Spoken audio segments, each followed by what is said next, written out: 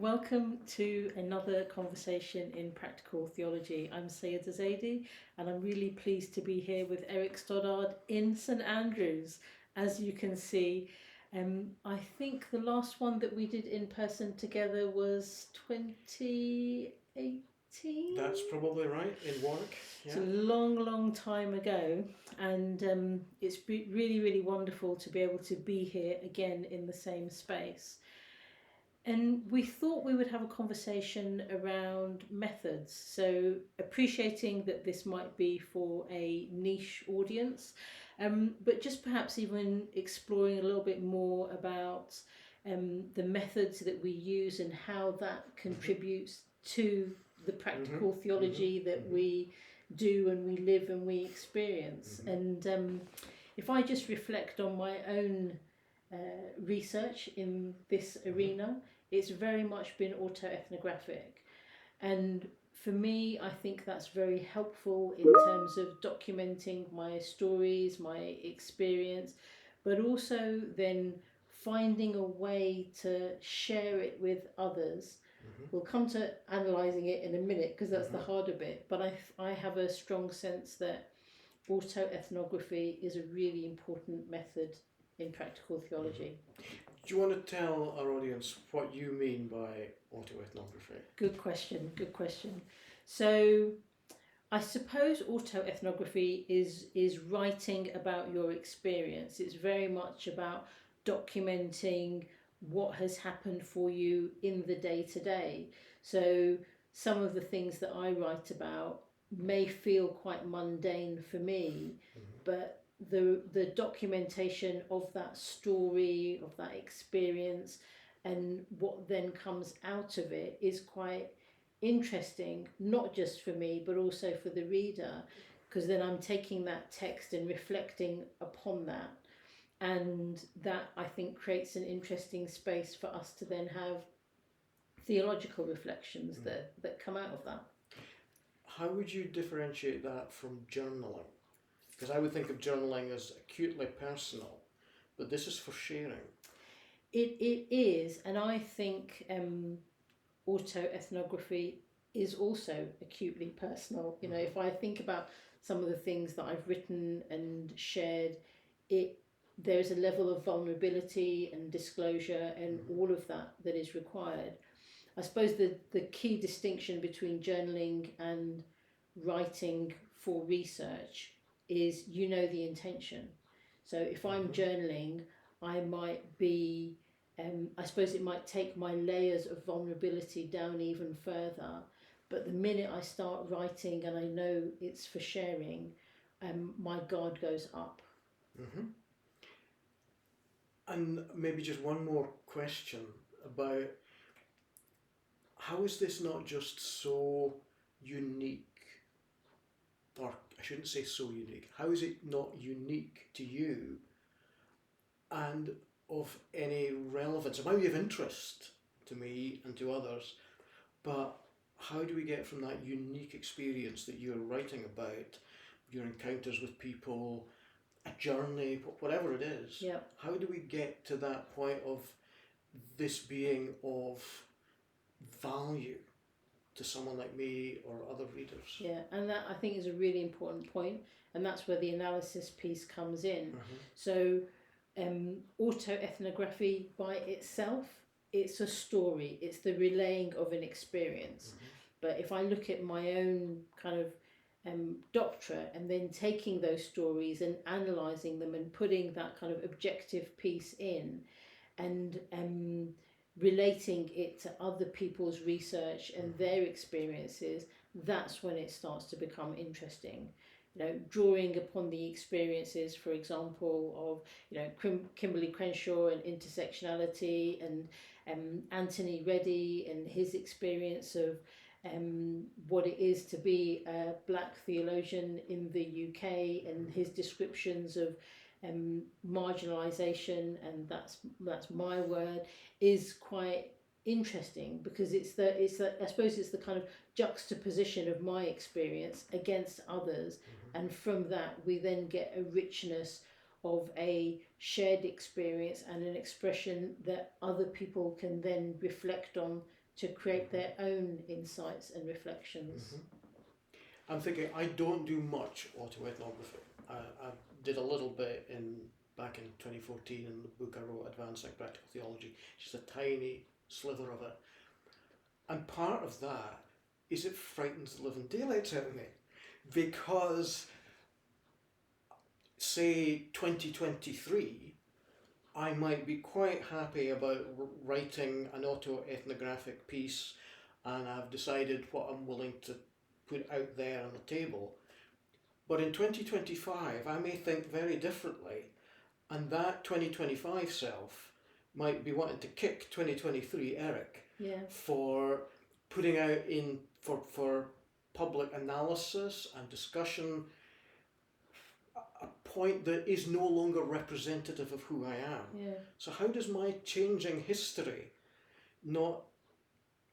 do I not just get captured and fossilised in that autoethnography of 2023? Yeah, I mean, it's interesting because I don't know the answer to that question, but what I do know is something that I've experienced myself in kind of like the journey that I've been on in my own descriptors. So if you read anything that I've written until today, I describe myself as brown British Muslim woman. But there's some stuff that's happened to me in the last few weeks which has kind of made me realise actually the descriptor that I want to use is of being a Londoner, because I feel more comfortable aligning myself with what a Londoner means and how a Londoner is perceived and all of those other things. So going forward, that will be the shift. Now, in the next paper that I write, I will draw attention to that. So that then in some ways becomes a marker for what I'll do in the future. And it may be that in 2 or 3 years' time, I decide to go back to British or use another descriptor. And so I suppose to answer that, it's our lives are a living document, and the pieces that we write are in a moment in time. And I think we've got to look at them like that. And if someone then wants to kind of challenge me, for example, and say, why are you calling yourself a Londoner, whereas before you use this language, then they're perhaps not looking at that work as an entire body which represents a journey. You talk about writing or telling our story and creating our story. That, for me, it's not simply interesting, it's actually a mixture of both exciting and terrifying, because that story is not finished. It's not even finished in the telling of now, let alone whatever I become, however long I've got left. And my interpretation of my past is continually changing. And that spooks me, because I'm not in control of my story in that way. If I do autoethnography that's almost like a snapshot,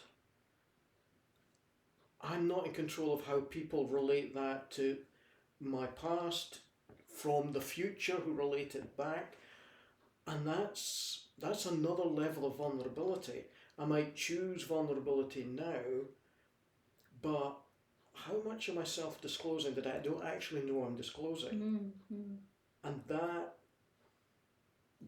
hits my boundaries of privacy. And I'm not sure, well, I know I'm not comfortable with it. I'm not sure quite how uncomfortable I am, and whether I could do autoethnography. So when I wrote my thesis, I reflected on this a lot. And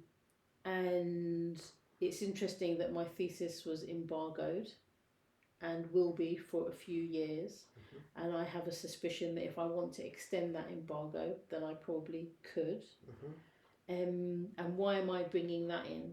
Because there is obviously layers of vulnerability within all of this.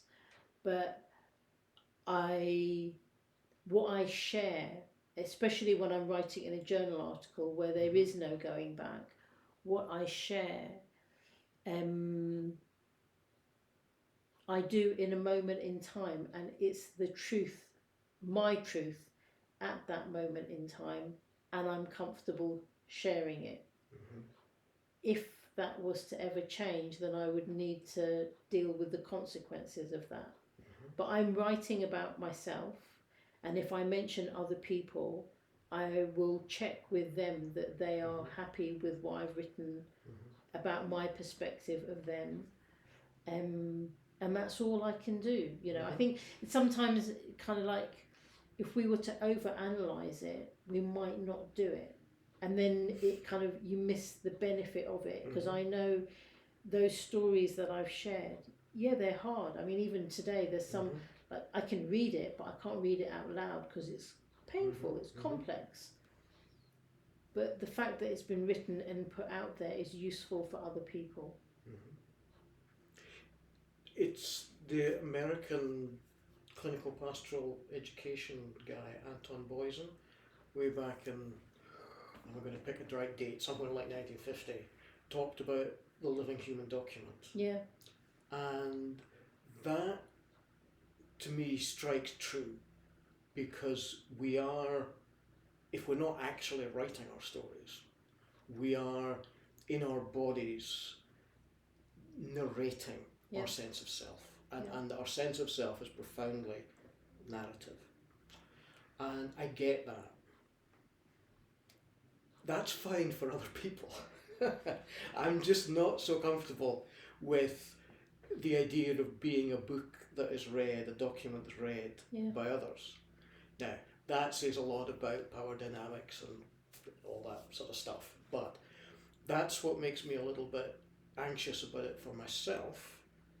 But yeah, I get what you're saying about the power of narrative. And I wonder at an even deeper level that we have to tell those stories, at least to ourselves, if not to others, to make sense of the episodes in our lives. And maybe the comparison is between, in the old days with stop frame animation, it's the sense of motion comes from the frame rate in front of our eyes, but these are actually slices of stills. And there's something there about, in narrating ourselves, the frame rate that we're using makes it into a continuous story, and we're narrating ourselves to other people, putting meaning, struggling with meaning, changing the meaning. I mean, I think we're kind of, to use that language, we're narrating ourselves into being. Mm-hmm. Mm-hmm. You know, and so there will always be an interpretation of different experiences. Like, even if we write about this, your experience of it is going to be very different from mine. Mm-hmm. Yet what will be fascinating is if we were to write about it and then read each other's reflections, because there are facts around what is happening, but we have different interpretations of that. And I suppose putting that on the table through a theological lens means it, certainly for me, it becomes something that I can then kind of like play with and reflect on, and it then becomes like a third thing to use. Whereas if it stays within me, it's not then readily available. So we're really moving towards narrating ourselves in community, because as I'm hearing you, you're talking about this narration of ourselves, putting it out there, and others understanding or interpreting our story, we interpreting our own story, and interpreting our own story to others. It seems a lot of certain types of theological reflection are very individual, but it sounds like you're saying that this autoethnography, as much as it's unique, it's also a community exercise. I think so, and that's for me why I like, you know, I like the idea of conversation as a methodology, and I really am an advocate for kind of like the critical intersubjective approach that Courtney Goto speaks about in Taking on Practical Theology, because it's one thing someone doing autoethnographic research, but doing that and then sharing it and getting feedback and kind of like using that in conversation, for me, is where the richness comes out, because one can write a piece and it feel right but it not be correct.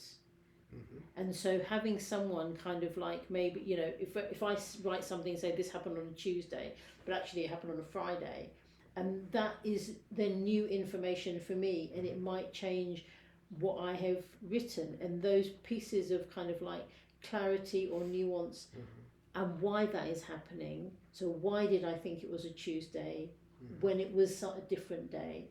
All of that gives new layers, I think, to the discourse. And when I've read your autoethnographic extracts, I'm conscious that this is something very precious. And I want to handle that revelation respectfully and carefully. And I would hope that others would do that for the little bits of autoethnographic work that I do. How best can we function as a community of learners in holding each other's stories? What sort of characteristics and values do we need to have to be able to be the community round about someone's story who attends to that story? Yeah, a really great question, and I think I would say it's about being receiving the gift that is given as if it is precious, right? So when I read other people's autoethnographies, it just feels like it's something that really is delicate, and I feel special that they are willing to share it. And I'm talking about reading it in books that have been read by thousands of people, but I'm still receiving it as if it's a gift for me. And also, I suppose, realizing that this is that person's truth, you know, and you're not here to judge what they have written. It's about how can you allow the space to hold it and let those words kind of be free without your own judgment coming to them, and just accept it for what it is. And then maybe I would say, like, look at how you are receiving it, what is happening for you when you read it. So some of the quite painful autoethnographic pieces that other people have written, and I say painful because it's what it brings up in me. If is it because I can relate to it, or is it because they've had a harrowing experience? But that stuff is really interesting because it evokes a response in you. And I think if we apply what I would say are universal faith principles to holding someone who's sharing something precious with you, then I think that's more than enough. I like this, the metaphor of holding, because it's something that circulates in counselling language, and we know that's the familiar terrain for it, but it's not common in academic discourse. And a lot of academic discourse is about challenging an argument, demolishing an argument, showing that your argument is better than that person's argument.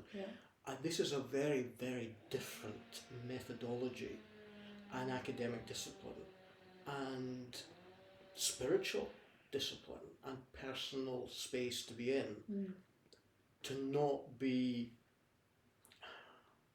to be critically engaged but not critical of an individual. And that for me is I think a crucial challenge, to be able to say, I'm not criticising your experience or your interpretation of your experience, but I want to think more about what it means and how this fits with our other perspectives as practical theologians, or just whatever it is. So to be pushing but in a very particular way that's not the traditional academic discourse, but is much more in that holding this as something precious, but not so precious that you're going to break it. So that is a real tension in this sort of methodology. Yeah, it is, and actually one of the best things that Heather Walton, my supervisor, told me about this as I was preparing for my Viva. She said, "Remember, it's what you've written that they're critiquing, not you." Mm-hmm. And I think that's the thing to remember, because it's word on a page. It is my story, Mm-hmm. but the critique is not about me. Mm-hmm. You know, so I take that when I do my analysis, and this is it feels kind of like a bit odd saying this, but you write a piece, you've put it out there, and it's important to look at it objectively, because if I look at it as me, Mm-hmm. then I get caught up in that experience and therefore can't analyse it properly. Mm-hmm. Whereas that objectivity, and I know I can't be completely objective, because Mm-hmm. but that then means that I can bring in challenging topics of, you know, Mm-hmm. coercion and assimilation and intersectionality and all of those pieces, but do it in a way that's grounded in theory. Mm-hmm. And that demands a lot of inner work on the part of the practical theologian, because everybody's invested in their writing, but that this level of vulnerability and this choosing to be there open with one's narrative to be discussed by others, often in one's own presence, is a very different place to have to get to. And we talk about reflexivity in practical theology, about recognizing our location, our biases, our assumptions, but this is taking reflexivity to another degree and saying, I have to be reflexive about how I respond to your story. I don't have the right to just splurge my initial reaction. But some people do. That's the interesting thing. So when some people read autoethnography, they are incredibly critical about it, not even recognising that the person who wrote it is in the room. And I think, but that's not about the method, it's about the person, you know. Yeah. And there are people in all of society that exist that we feel comfortable and safe with, and people who we don't. And I think that's just the reality that one has to face. And so my thesis, I haven't shared with a lot of people, and I've shared with people that I trust. Journal articles that I write that go out there, I have no control over as soon as it's published, and it's just something you've got to accept. And I'm wondering, from the hearer and the listener to someone's autoethnography, that as we're engaging together in that, there's a huge responsibility on the listener, the hearer, to be very aware of how, as a listener, I'm reacting. I may have to take some of that away and deal with that separately and not dump it into the seminar, because we're talking about this happening in seminar contexts. This is not the group of friends sitting together. This is intellectual discussion. And the discipline of being able to hold your own feelings about someone's autoethnography is, it's not normally expected of us as academics. No, and it's interesting. So when I train people to become coaches, what's the first thing that we teach them? It's not about how to ask questions or hold space, it's how to listen. Because if you can't listen, then you can't do the other pieces. And so this thing that you're drawing attention to, it's really significant. How is it we are listening to others? And I'm not just talking about the words or what you're reading, it's everything, it's the whole experience, it's the being of that person, it's it is literally kind of like allowing the person who's reading or sharing their autoethnography to exist in a space that is held by others. And you can only do that if you know how to listen. And you might say, so how do I know how to do some of this? Because I've been doing my own work for 20 years on me. I'm constantly in that place of I want to try and be better.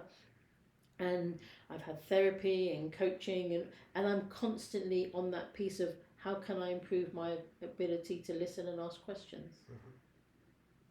Yeah, and I go back 30 years to being trained in listening skills when I was still in pastoral ministry. And so much of that training was about listening to yourself. Yeah.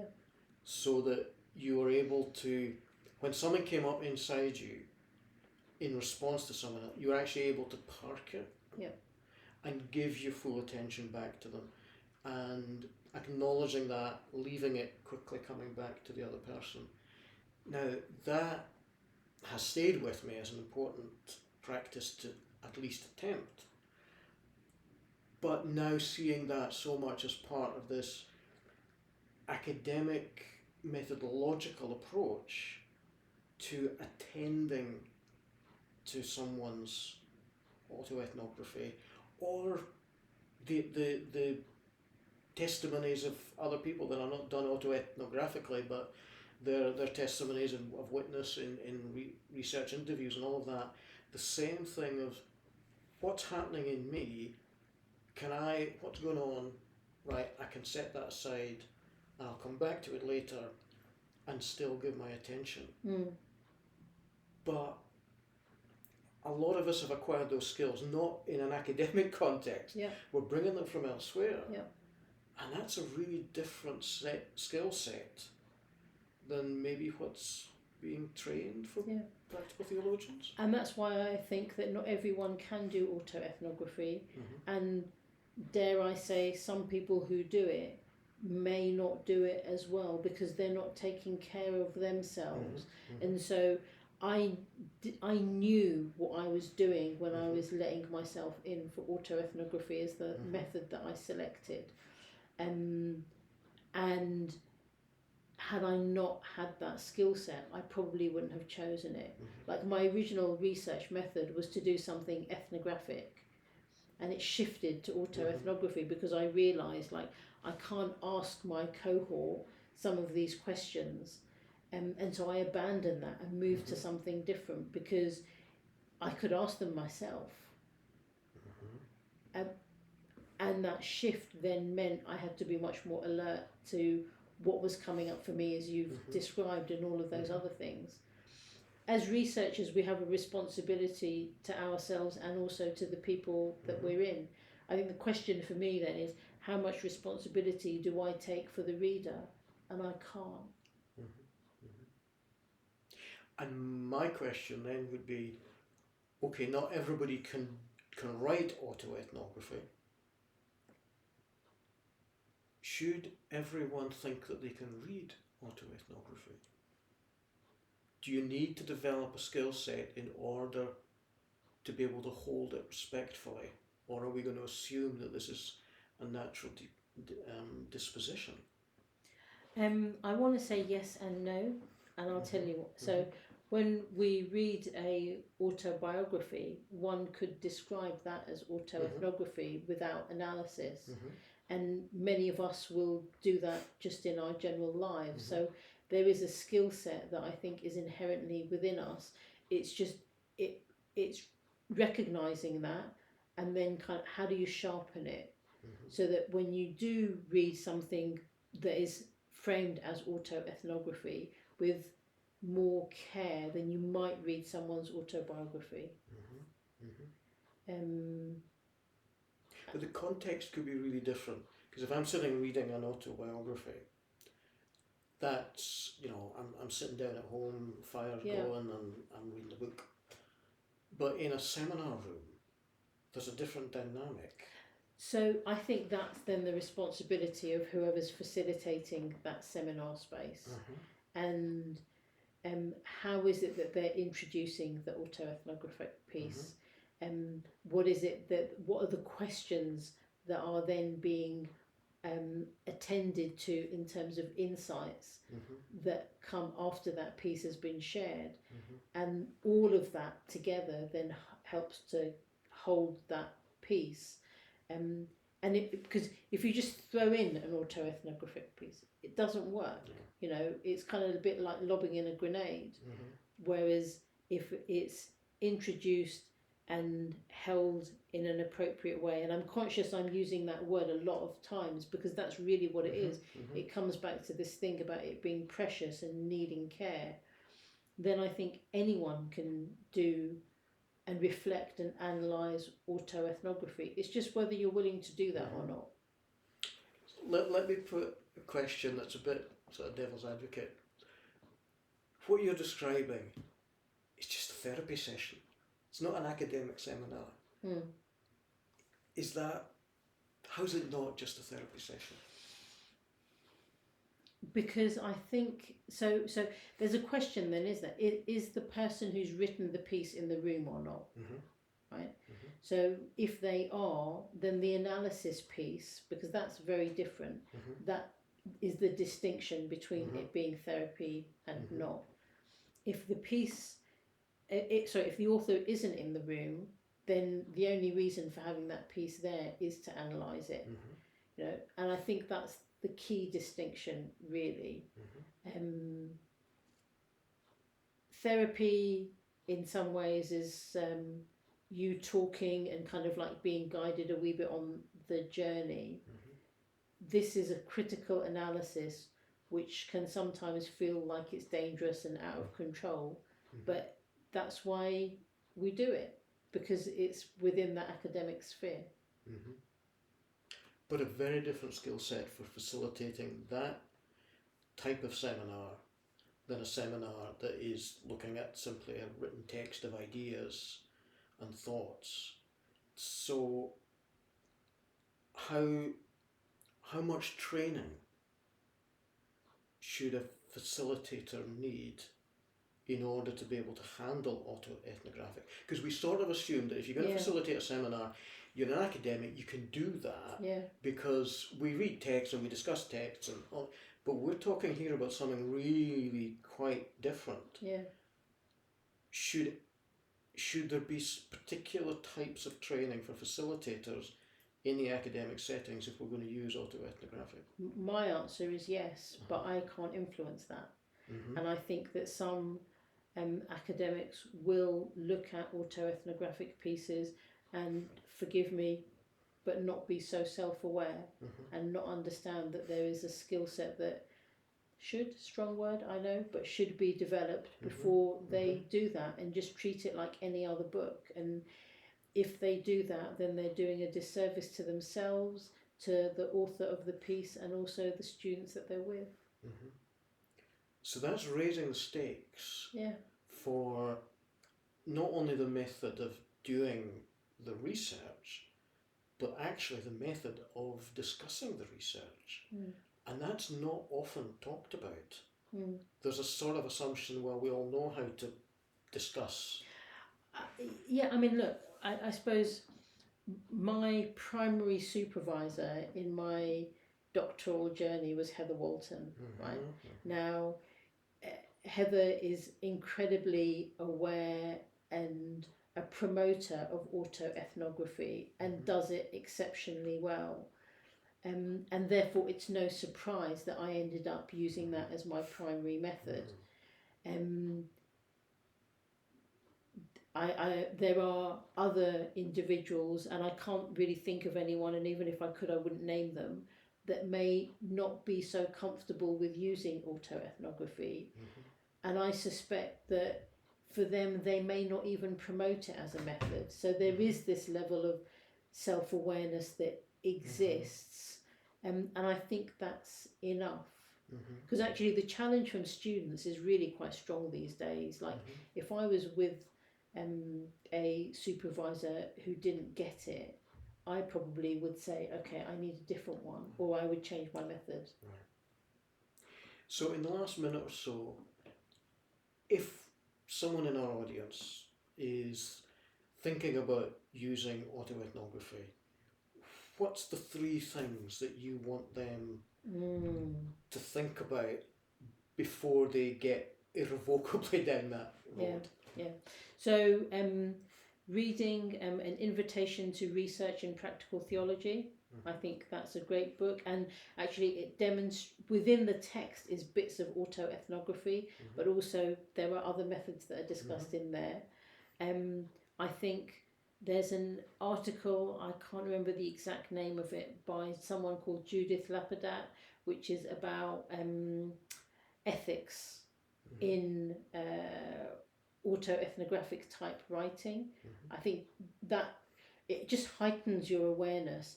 And the third thing is that coming back to that piece of, if you were to read it in 5 years, how would you feel? And if you feel that uncomfortable, then don't share it. So we'll try and put those specific links into the description of the video and the audio, and let's leave it there. And again, this has taken a turn that neither of us were quite expecting us to go down that road, but that's the beauty of these conversations. And so thank you, Saiyyidah, and please, if you'd like to leave comments, please do so, and we'll be with you again in the not too distant future with another conversation in practical theology.